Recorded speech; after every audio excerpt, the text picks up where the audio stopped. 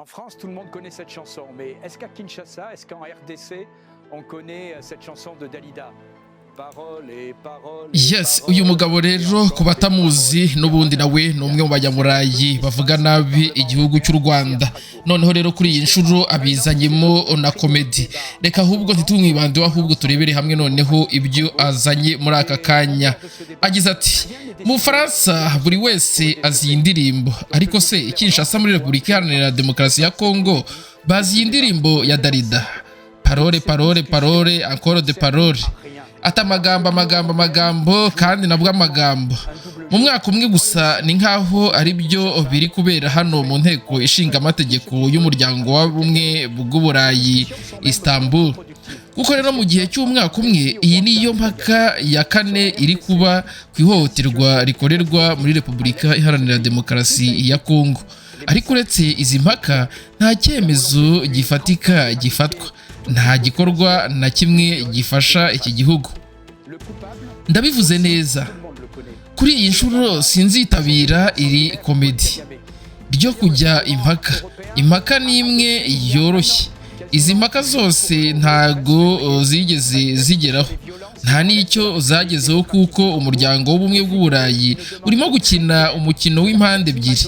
Mu nzu mberabyombi bashyigikira Kinshasa, ariko mu bikorwa bemera ko Bwana Kagame akora ibyo ashaka byose. Azi impaka ziba ndetse zibangamira kuko ziha agahenge u Rwanda rwa Kagame. Ku birebana na RDC, ni ibihe bibi cyane biri mu burasirazuba bw'iki gihugu? Byose byaravuzwe: ubwicanyi, ubusahuzi, umugambi umaze imyaka 30 wo kurandura abaturage bamwe, gufata ku ngufu n'ibindi. N'uwabigizemo uruhare nawe arazwi, ni u Rwanda, ni umuyobozi warwo Paul Kagame. Byongeye kandi hashize hafi umwaka umwe ku itariki ya 13 Gashyantare inteko ishinga amategeko y'Uburayi yemeje umwanzuro ko ihohoterwa riri mu burasirazuba bwa RDC usaba mu buryo bweruye ko ibigo by'umuryango w'ubumwe bw'Uburayi bufatira ibihano abayobozi bakuru b'u Rwanda. Ariko komisiyo y'Uburayi ntacyo yakoze. Mu rwego rwo guhisha kudakorera kwayo kandi nk'igitutsi ku banyekongo, Uburayi rero bwafatiye ibihano gusa bamwe mu bayobozi b'imitwe yitwaje intwaro bo hasi bakorera mu mabwiriza ya Kigali. Mu yandi magambo, hafatiwe ibihano abari ku rwego rwo hasi gusa.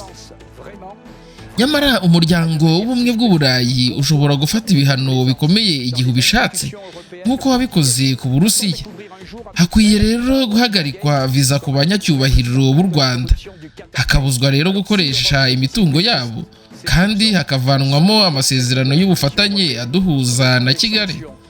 Ariko uko bigaragara, iyo bigeze kuri Repubulika ya Congo, umuryango w'ubumwe bw'Uburayi ubifata nk'aho kwica ibihumbi n'ibihumbi by'Abanyafurika no gusahura umutungo wabo atari ikibazo gikomeye.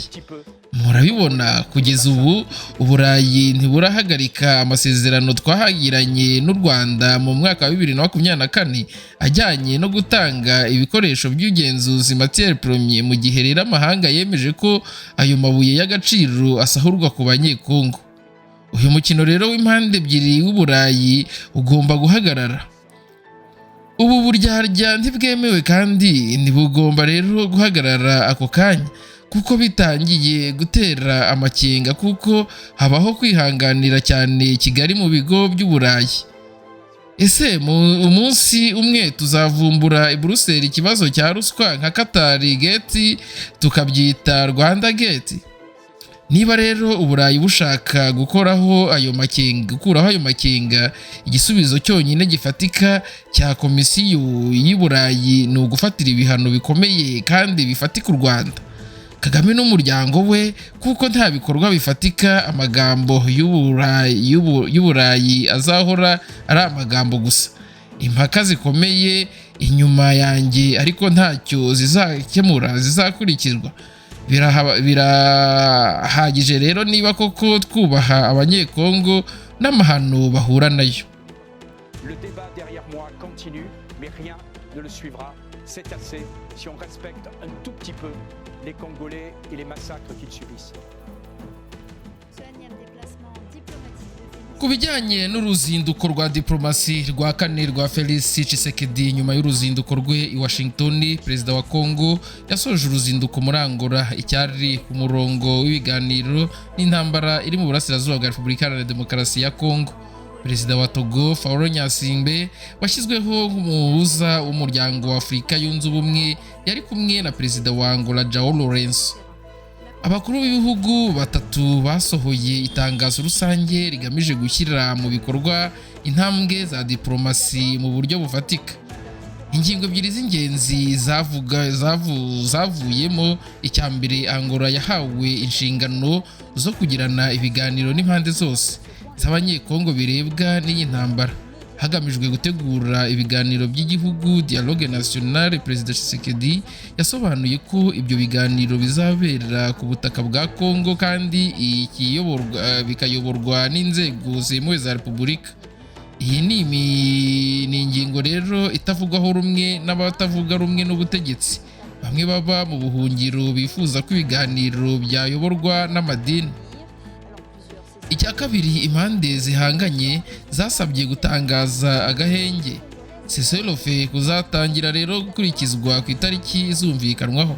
Nubwo rero agahenge kamaze gutangazwa kenshi ntikubahirizwe, kuri iyi nshuro ubuyobozi bwa Congo na M23 bemeranyije ku buryo bwo kugenzura ishyirwa mu bikorwa byako.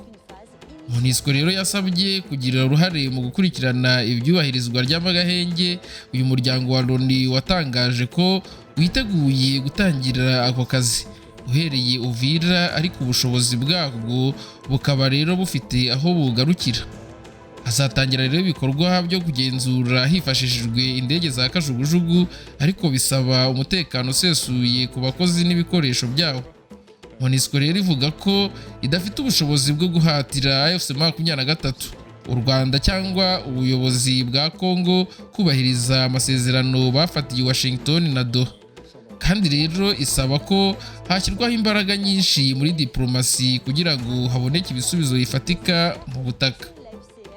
The Quick Times News nk'ibisanzwe, nimba amakuru hari icyo wumvishemo, hari icyo gize akumarira, wakanda like na subscribe tukayatubana 5 kuri 5 mu makuru atandukanye.